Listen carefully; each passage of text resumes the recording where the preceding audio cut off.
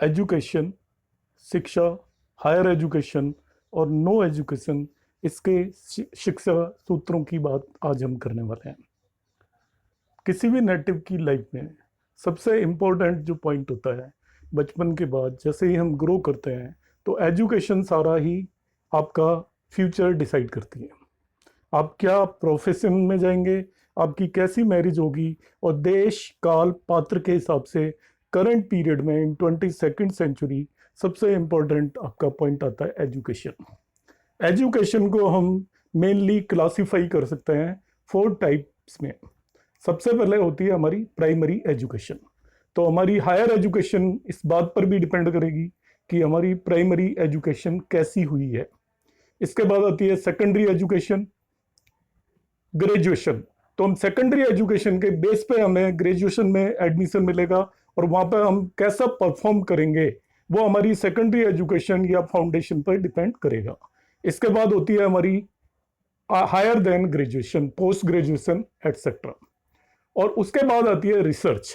तो इन स्टेप्स में हम एजुकेशन को लेते हैं। अब एजुकेशन के बारे में डिसाइड करने से पहले सबसे इंपॉर्टेंट जो आती है बात, हम किसी भी चीज के बारे में ज्योतिष में यदि पता करना चाहते हैं तो हमें 3 चीजों का ध्यान रखना है। सबसे पहले उससे रिलेटेड भावों का ध्यान रखना है, हाउसेस, उनके लॉर्ड जिन्हें हम भावेश बोलते हैं उनका ध्यान रखना है, और तीसरा सबसे इंपॉर्टेंट है कारक, सिग्निफिकेटर ऑफ दैट वर्क। जब हम शिक्षा या एजुकेशन की बात करते हैं तो एजुकेशन के सिग्निफिकेटर्स हैं आपके 3 प्लैनेट्स को मेनली एजुकेशन के लिए रेस्पॉन्सिबल माना जाता है, जिन्हें हम कारक बोलते हैं एजुकेशन के। उनमें सबसे पहले आता है जुपिटर। जुपिटर शिक्षा और ज्ञान का कारक है। आपके अंदर कैसा ज्ञान होगा वो आपका जुपिटर डिसाइड करेगा। दूसरा शिक्षा के लिए, एजुकेशन के लिए इंपॉर्टेंट प्लैनेट है मरकरी, बुध। बुध जैसा कि नाम से ही पता है ये बुद्धि का कारक है। आपके अंदर कितना इंटेलिजेंस होगा वो आपकी बुद्धि पर डिपेंड करेगा। बगैर इंटेलिजेंस के हम बहुत अच्छी एजुकेशन नहीं ले सकते, हमें स्ट्रगल करना पड़ेगा। और तीसरा जो सबसे इंपॉर्टेंट है वो होता है मून। मून मन का कारक होता है। तो जैसा कि हम जानते हैं कि एजुकेशन में उतना ही इंपॉर्टेंट जितना बुद्धि या ज्ञान है, उससे ज्यादा इंपॉर्टेंट आपका मन है। यदि हमारा मन ही विद्या में, एजुकेशन में नहीं लगेगा तो हम कुछ नहीं कर पाएंगे। दूसरा, ये विल पावर भी आपका डिसाइड करता है। जब तक हमारे अंदर विल पावर नहीं होगी, क्योंकि एजुकेशन में एफर्ट लगता है और एफर्ट के लिए विल पावर की जरूरत होती है, मेंटल स्टेबिलिटी की जरूरत होती है। इसलिए सबसे इंपॉर्टेंट इसमें तीसरे नंबर पर आ जाता है आपका मून। तो शिक्षा के लिए जब भी हम किसी भी नेटिव के चार्ट में उसकी एजुकेशन से रिलेटेड देखेंगे तो सबसे पहले इन 3 प्लैनेट की स्थिति हमें देखनी चाहिए, जुपिटर, मरकरी और मून। तीनों प्लैनेट की स्थिति आपकी यदि अच्छी है तो नेटिव की एजुकेशन एक्सीलेंट रहने वाली है, बहुत अच्छी रहने वाली है। अब दूसरी बात आती है भावों की, हाउसेस। तो एजुकेशन के लिए जो हाउसेस इंपॉर्टेंट होते हैं वो आपका लग्न तो हर एक काम के लिए इंपॉर्टेंट होता ही है, क्योंकि लग्न का आपके स्वास्थ्य या हेल्थ से लेना देना है। यदि आपकी हेल्थ अच्छी नहीं होगी तो हमारी एजुकेशन भी नहीं होगी, हम लाइफ में प्रोग्रेस कर ही नहीं सकते। लग्न को हटाकर जो भाव इंपॉर्टेंट है वो आपका 2nd house, 4th house, 5th house, 9th house and last में मैं लिख रहा हूं 8th house in ascending order. आपकी सबसे पहले प्राइमरी एजुकेशन होती है जिसके लिए रेस्पॉन्सिबल होता है आपका परिवार, फैमिली, और फैमिली से रिलेटेड जो हाउस है वो आपका होता है 2nd हाउस। क्योंकि प्राइमरी एजुकेशन मेनली हम घर पे ही लेते हैं, मदर फादर से, अंकल आंटी से, या जो भी फैमिली के लोग हैं। दूसरे नंबर पर आता है आपका सेकेंडरी एजुकेशन। ये भी आपके घर में ही होती है या आपके नेटिव प्लेस में होती है। Secondary education in general native place में ही होती है। बहुत छोटे विलेज में हम रहते हैं तो बात अलग है। तो इसके लिए इसका जो आपका रेस्पॉन्सिबल होता है that is 4th house. After secondary education हम थोड़ा बाहर निकलते हैं और हमारा तीसरा जो ग्रेजुएशन के लिए जो आपका हाउस रेस्पॉन्सिबल है, जिसको मन का कारक भी बोलते हैं, वो हमारा होता है 5th हाउस। 5th हाउस के बाद यदि उसने आपने ग्रेजुएशन के बियॉन्ड हायर स्टडीज करनी है तो उसके लिए हमें नेटिव का देखना पड़ेगा 9th हाउस। ये 5th फ्रॉम 5th है। 9th house is 5th from 5th। तो फिफ्थ ग्रेजुएशन से भी आगे यदि आपको एजुकेशन लेनी है तो हम 9th हाउस देखते हैं। और रिसर्च वगैरह में यदि जाना है तो रिसर्च के लिए जो हाउस रेस्पॉन्सिबल होता है for the fundamental and initial research, वो हमारा होता है हाउस नंबर 8। तो इस तरीके से यदि हम एजुकेशन से रिलेटेड हाउसेस की बात करें तो वो हमारे 2, 4, 5, 9 एंड 8 हाउसेस होते हैं। अब एजुकेशन में इसके बाद एक सबसे इंपॉर्टेंट बात आती है कि हम प्राइमरी एजुकेशन घर पे ले सकते हैं, सेकेंडरी एजुकेशन तक भी ले सकते हैं, मगर हायर एजुकेशन यदि आपको लेनी है, ग्रेजुएशन लेना है, तो उसमें हमें मनी का भी इन्वॉल्वमेंट होता है। ग्रेजुएशन, पोस्ट ग्रेजुएशन या रिसर्च करना है तो उसका मनी से भी इन्वॉल्वमेंट होता है। तो मनी से या धन से इन्वॉल्वमेंट होता है, तो आपका यदि ग्रेजुएशन के लिए जो मनी चाहिए, आपका fifth lord should be related to second. पांचवें और दूसरे घर के अंदर बीच में कोई भी रिलेशन होना चाहिए। यदि आपने उससे भी हायर एजुकेशन लेनी है तो आपका 9th house and second house के बीच में कोई भी रिलेशन होना चाहिए। सेकंड हाउस आपका वेल्थ का हाउस है, तो यदि सेकंड हाउस और फिफ्थ हाउस में रिलेशन है, second house of 9th house में रिलेशन है, second house and 8th house में रिलेशन है, तो आपका मनी से रिलेटेड प्रॉब्लम आपको एजुकेशन में नहीं आएगी। इसके बाद मैं कुछ एक इंपॉर्टेंट सूत्र की बात करूंगा, कुछ योग की बात करूंगा, जिसके बेस पर हम देख सकते हैं कि हमारी या किसी भी नेटिव की कैसी एजुकेशन रहने वाली है। ऐसे लोग जिनमें फिफ्थ और 9th लॉर्ड में राशि परिवर्तन होता है, ये फिफ्थ हाउस है और ये 9th हाउस है, इन दोनों के लॉर्ड के बीच में राशि परिवर्तन हो जाए। राशि परिवर्तन का मतलब है 9th हाउस, मतलब यहाँ पे 12 साइन है, इसका लॉर्ड जुपिटर तो यहां पर आ जाए, 9th हाउस का लॉर्ड हुआ जुपिटर, वो आपका आ जाए फिफ्थ हाउस में। और फिफ्थ हाउस में 8 साइन है, उसका लॉर्ड मार्स आ जाए आपके 9th हाउस में। ये एक बहुत इंपॉर्टेंट राजयोग बन जाता है और एजुकेशन, ऐसे लोग एजुकेशन में बहुत आगे प्रोग्रेस करते हैं। इसी तरीके से फिफ्थ एंड 9th लॉर्ड यदि ट्राइन में प्लेस्ड हो जाए दोनों ही, मतलब यहां राशि परिवर्तन है, राशि परिवर्तन के अलावा एक योग बनता है कि फिफ्थ और 9th लॉर्ड, मैं यहाँ पे फिफ्थ और 9th लॉर्ड की बात कर रहा हूँ। अलग अलग लोगों के चार्ट में वो लॉर्ड अलग अलग होंगे। मैंने जो एग्जांपल चार्ट लिया है उसमें फिफ्थ लॉर्ड मार्स है और 9th लॉर्ड जुपिटर है, आपके चार्ट में कुछ और भी हो सकता है। फिफ्थ और 9th लॉर्ड दोनों या तो फिफ्थ हाउस में या 9th हाउस में या लग्न में कंजक्ट हो जाए, 1, 5, 9 में उनका कंजक्शन हो जाए, कि जैसे फिफ्थ लॉर्ड यहां पे हुआ आपका मार्स, 9th लॉर्ड हुआ जुपिटर, ये दोनों लग्न में आ जाए एक साथ, या ये दोनों यहां पर फिफ्थ हाउस में आ जाए एक साथ, या दोनों आपके 9th हाउस में आ जाए एक साथ। तो ऐसे लोग भी एजुकेशन में बहुत आगे प्रोग्रेस करते हैं, टॉपर्स होते हैं, अपने फील्ड में बहुत एक्सेल करते हैं। नेक्स्ट आता है यदि आपका जुपिटर किसी भी नेटिव के चार्ट में केंद्रीय त्रिकोण में बैठा हो, जुपिटर यहां पर हो, यहां पर हो, यहां पर हो, यहां पर हो, या इस हाउस में हो, इस हाउस में हो, इनमें से किसी भी हाउस में जुपिटर प्लेस्ड हो, तो ऐसे नेटिव की भी एजुकेशन एक्सीलेंट रहती है।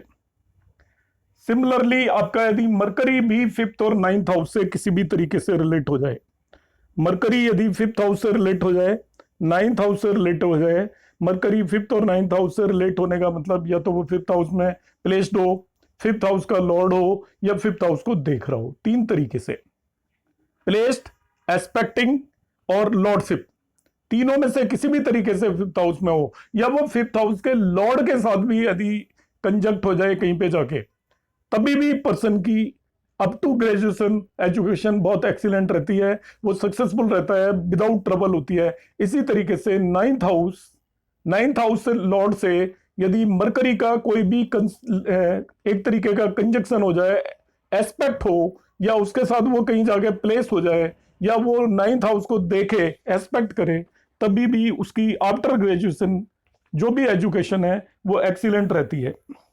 नेक्स्ट जो आपका इसमें योग आता है वो आता है फिफ्थ लॉर्ड यदि आपका 9th हाउस को एस्पेक्ट करे। फिफ्थ लॉर्ड, सपोज यहां पे फिफ्थ लॉर्ड को मैं प्लेस कर देता हूं इस जगह पर, थर्ड हाउस में। Now it is expecting 9th house, count करूंगा 1, 2, 3, 4, 5, 6, 7, fifth Lord expecting 9th house, ये भी एजुकेशन का एक्सीलेंट योग है। Similarly 9th Lord expecting fifth house, opposite हो गया, तो नाइन्थ लॉर्ड हमें पता है, in this case ninth Lord is Jupiter, वो यदि 11th हाउस में बैठा है तो 11th हाउस में बैठा है तो 1 2 3 4 5 6 7 वो आपके 5th हाउस को एस्पेक्ट करेगा। ये भी एजुकेशन के लिए एक एक्सीलेंट योग होता है। नेक्स्ट जो एक्सीलेंट योग होता है एजुकेशन के लिए, यदि 5th और 9th हाउस आपके शुभ कर्तरी में हो। 5th और 9th हाउस शुभ कर्तरी में कोई भी हाउस तब होता है जब उसके दोनों तरफ आपके बेनिफिक प्लैनेट हो। लाइक यहाँ पर आपने वीनस प्लेस कर दिया, यहाँ पर जुपिटर प्लेस कर दिया, तो now the 5th house is in शुभ कर्तरी, तो सच पर्सन की education up to graduation level बहुत सक्सेसफुल होगी। इसी तरीके से यदि 9th हाउस शुभ कर्तरी में हो, यहाँ पर हमने वीनस प्लेस कर दिया, यहाँ पर जुपिटर प्लेस कर दिया, तो ऐसा पर्सन आपका रिसर्च भी करेगा, क्योंकि जुपिटर मैंने यहाँ पे 8th हाउस में प्लेस किया है, तो 9th Lord is placed in 8th house, तो 8th हाउस भी उसकी हेल्प करेगा। 9th लॉर्ड जब भी 8th हाउस में प्लेस्ड होगा वो रिसर्च में आगे, फंडामेंटल रिसर्च में आगे प्रोपेगेट करेगा और बहुत उसका एक्सीलेंट फ्यूचर रहेगा। जो साइंटिस्ट वगैरह बनते हैं उनका ये योग है कि यदि शुभ प्लेनेट है ये आपका 9th लॉर्ड और उसको 8th हाउस में प्लेस कर दिया तो आफ्टर पोस्ट ग्रेजुएशन भी उसकी एजुकेशन एक्सीलेंट होगी। नेक्स्ट जो हम देखेंगे, जब भी आपको एजुकेशन देखनी है तो हमें देखना है कि उसका लग्नेश स्ट्रॉन्ग होना चाहिए। लग्नेश स्ट्रॉन्ग का मतलब वो तो या केंद्रीय त्रिकोण में प्लेस्ड हो, बेनिफिक होना चाहिए, और केंद्र त्रिकोण का वो लॉर्ड भी हो साथ में, तो ऐसे उसको हम स्ट्रॉन्ग कहेंगे। सिमिलरली उसका मून भी स्ट्रॉन्ग होना चाहिए। मून का मैंने पहले ही बताया मन का कारक है, जब तक मून स्ट्रॉन्ग नहीं होगा हम लाइफ में के किसी भी फील्ड में सक्सेसफुल नहीं हो सकते। आपका डिटर्मिनेशन, विल पावर को मून डिसाइड करता है। आपका मन इधर उधर यदि भटकेगा, आप एक चीज पर कंसंट्रेट होकर काम नहीं करेंगे तो एजुकेशन में आगे एक्सेल नहीं कर सकते, हमें कुछ डिफिकल्टीज के साथ एजुकेशन मिलेगी। तो ये मैंने कुछ एक योग बताए जो कि अच्छी एजुकेशन के योग है।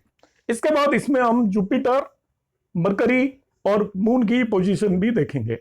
यदि जुपिटर, मरकरी और मून केंद्रीय त्रिकोण में प्लेस्ड हो, शुभ कर्तरी हो, उनको यदि बेनिफिक प्लेनेट देख रहे हो, एस्पेक्ट कर रहे हो, तो ऐसे नेटिव आपकी एजुकेशन फील्ड में काफी ज्यादा एक्सेल करते हैं। और यदि जुपिटर 10th हाउस में प्लेस्ड हो तो ऐसे लोग, और मरकरी भी साथ में हो, तो वो एजुकेशन देते हैं लेने के अलावा। प्रोफेसर होंगे, वाइस चांसलर होंगे या बहुत फेमस पर्सनालिटी होंगे एजुकेशन फील्ड के अंदर। अब कमजोर आपको देखना है कि भाई इनकी एजुकेशन कमजोर है, ज्यादा अच्छी पढ़ाई नहीं कर रहे हैं या नहीं कर पाएंगे नेटिव, तो उनके केस में जो कमजोर शिक्षा के जो योग हैं वो मैं बताता हूं। सबसे पहले हमें देखना है जुपिटर की पोजीशन। जुपिटर यदि 6, 8 और 12वें भाव में हो, 6, 8 एंड 12th हाउस में किसी नेटिव का जुपिटर हो, and it is expected by malefic और कंजक्टेड बाई मेलिफिक। अकेला जुपिटर नहीं है, जुपिटर 6, 8, 12 में प्लेस्ड है और साथ में वो या तो मेलिफिक उसके साथ कंजक्टेड है या मेलिफिक उसको एस्पेक्ट कर रहा है, तो ऐसे नेटिव की एजुकेशन में डिफिकल्टीज आती हैं। ये मैं नहीं कह रहा हूं कि एजुकेशन नहीं मिलेगी, मगर उनको कुछ ना कुछ डिफिकल्टी आएंगी, या तो दूर जाके पढ़ना पड़ेगा, कुछ फाइनेंशियल प्रॉब्लम हो सकती है और किसी तरीके की प्रॉब्लम हो सकती है। सिमिलर केस आपका मरकरी का है। If mercury is placed in 6, 8 and 12 with a malefic planet और एस्पेक्टेड बाई मेलिफिक प्लेनेट, तो ऐसे नेटिव को भी आपका स्टेबिलिटी नहीं रहती, उसका माइंड डेविएट होता रहता है, वो मेहनत ज्यादा करता है, हार्ड वर्क करता है, मगर उसके मार्क्स अच्छे नहीं आएंगे। आप देखेंगे कि वो बहुत ज्यादा हार्ड वर्क कर रहा है। अपने बच्चों के साथ भी हम देख सकते हैं, ब्रदर सिस्टर के साथ भी देख सकते हैं कि ये बहुत हार्ड वर्क कर रहा है, मगर रिजल्ट उसको उतना अच्छा नहीं मिल रहा। तो वो मरकरी की वजह से होती है, बिकॉज मरकरी इंटेलिजेंस और बुद्धि का कारक है, तो बुद्धि में थोड़ा भी आपका यदि डिफेक्ट है तो वो उसका हार्ड वर्क के बावजूद भी उसको सही फल नहीं मिलते। तीसरा जो योग है वो है आपका राहु और मून कंजक्टेड। ये आपका शास्त्रों में लिखा हुआ है, ऑल्दो मैं इस योग से पूरी तरीके से एग्री नहीं करता, क्योंकि मैंने ऐसी बहुत सारे चार्ट देखे हैं जिसमें राहु और मून कंजक्टेड होते हैं। मगर यदि मून स्ट्रॉन्ग है, स्ट्रॉन्ग का मतलब सन से उसकी डिस्टेंस 96 डिग्री से ज्यादा है, तो ऐसे लोग मेहनत करके आप बहुत आगे एक्सेल हो जाते हैं, मगर फिर भी राहु और मून कंजक्टेड हो तो राहु मून को डेविएट करता है, आपके माइंड को डेविएट करता है फ्रॉम द पाथ। तो आप अपने पाथ से अलग जा सकते हो मगर लौट के वापस आ सकते हो। तो इरेगुलरिटी थोड़ा होती है उनकी एजुकेशन में। जैसे आपने बीटेक किया, इसके बाद आपका एमटेक करने का प्लान है, मगर राहु आपको कहेगा कि आप जॉब कर लीजिए, आप जॉब करोगे मगर फिर से आपका मून आपको वापस से एजुकेशन पे ले आएगा। इस तरीके से थोड़ा इरेगुलरिटी होती है जिनका राहु और मून कंजक्टेड हो। नेक्स्ट इसमें कमजोर शिक्षा का जो योग होता है वो फिफ्थ लॉर्ड और नाइन्थ लॉर्ड यदि एफ्लिक्टेड हो जाए। फिफ्थ लॉर्ड को वो मेलिफिक के साथ कंजक्टेड हो, मेलिफिक उसको देख रहे हो या वो पाप कर्तरी में हो, तभी भी आपका शिक्षा में प्रॉब्लम आती है। इसी के तरीके से नाइन्थ लॉर्ड उसको यदि मेलिफिक एस्पेक्ट कर रहा हो, उसके साथ मेलिफिक प्लेस्ड हो या वो पाप कर्तरी में हो, तो उनकी भी एजुकेशन में प्रॉब्लम आती है। जनरली मैं उपाय या रेमेडीज नहीं बताता हूं, मगर ये शिक्षा से रिलेटेड है तो मैं इसमें बिल्कुल सिंपल सी रेमेडीज बताता हूं कि किस केस में आपको क्या रेमेडीज करनी चाहिए। क्योंकि एजुकेशन से रिलेटेड बहुत लोग आते हैं और वो परेशान भी होते हैं, तो उनको ये सिंपल सी रेमेडीज मैं बता रहा हूं कि यदि किसी का मून एफ्लिक्टेड है, मून कमजोर है, अब मून एफ्लिक्टेड है वो मैंने बताया आपका सन से उसकी पोजीशन देख लीजिए 90 डिग्री से ज्यादा दूरी पे होना चाहिए, साथ में उसको कोई मेलिफिक एस्पेक्ट ना कर रहा हो या ना ही मेलिफिक उसको उसके साथ प्लेस्ड हो। तब आपका यदि ऐसा है, वो एफ्लिक्टेड है, तब हमें क्या करना चाहिए, मंदिर में जाइए, शिवलिंग के ऊपर आप मंडे को एटलीस्ट दूधाभिषेक कर सकते हैं। दूध नहीं है तो आप जलाभिषेक भी कर सकते हैं। तो सोमवार को नेटिव को आप ले जाइए और भगवान शिवलिंग पर आप जाकर जलाभिषेक या दुग्धाभिषेक, वो आपकी जैसी श्रद्धा है वो आप कर सकते हैं। यदि किसी नेटिव का बुध वीक है तो आपका इंटेलिजेंस में प्रॉब्लम होगी। ऐसे लोग भगवान बुध के बीज मंत्र का जाप करें। और बीज मंत्र भगवान बुध का है, आप नोट कर सकते हैं, ओम बुध बुधाय नमः, ओम बुध बुधाय नमः। जिसका जुपिटर एफ्लिक्टेड है या वीक है या 6-8 12 में है और उन्हें आपका एजुकेशन से रिलेटेड प्रॉब्लम है, तो वो जुपिटर या बृहस्पति के बीज मंत्र का जाप कर सकते हैं। 108 बार आप जाप करें, 6 मंथ तक आपको जरूर सक्सेस मिलेगी। और जुपिटर का बीज मंत्र है ओम ब्रह्म बृहस्पते नमः, ओम ब्रह्म बृहस्पते नमः। जिसका फिफ्थ लॉर्ड एफ्लिक्टेड है तो वो फिफ्थ लॉर्ड के बीज मंत्रों का जाप कर सकते हैं। फिफ्थ लॉर्ड का मैं यहाँ पर नाम इसलिए नहीं ले रहा, सभी नेटिव का फिफ्थ लॉर्ड अलग अलग होता है, किसके क्या बीज मंत्र होते हैं आप मेरे वीडियोस में देख सकते हो। मैंने सभी प्लैनेट्स के बीज मंत्र आपको डाले हुए हैं। यदि कोई पूछना चाहता है तो कमेंट बॉक्स में डाल दें। अपने चार्ट के एनालिसिस के बारे में भी जानना चाहता है तो कमेंट बॉक्स में डालें, तो मैं उन्हें इस बारे में बता दूंगा कि कौन सा उनका प्लैनेट एफ्लिक्टेड है और उन्हें किस बीज मंत्र का जाप करना चाहिए। तो आई होप आप लोगों को मेरे इस वीडियो से कुछ ना कुछ फायदा मिलेगा। धन्यवाद।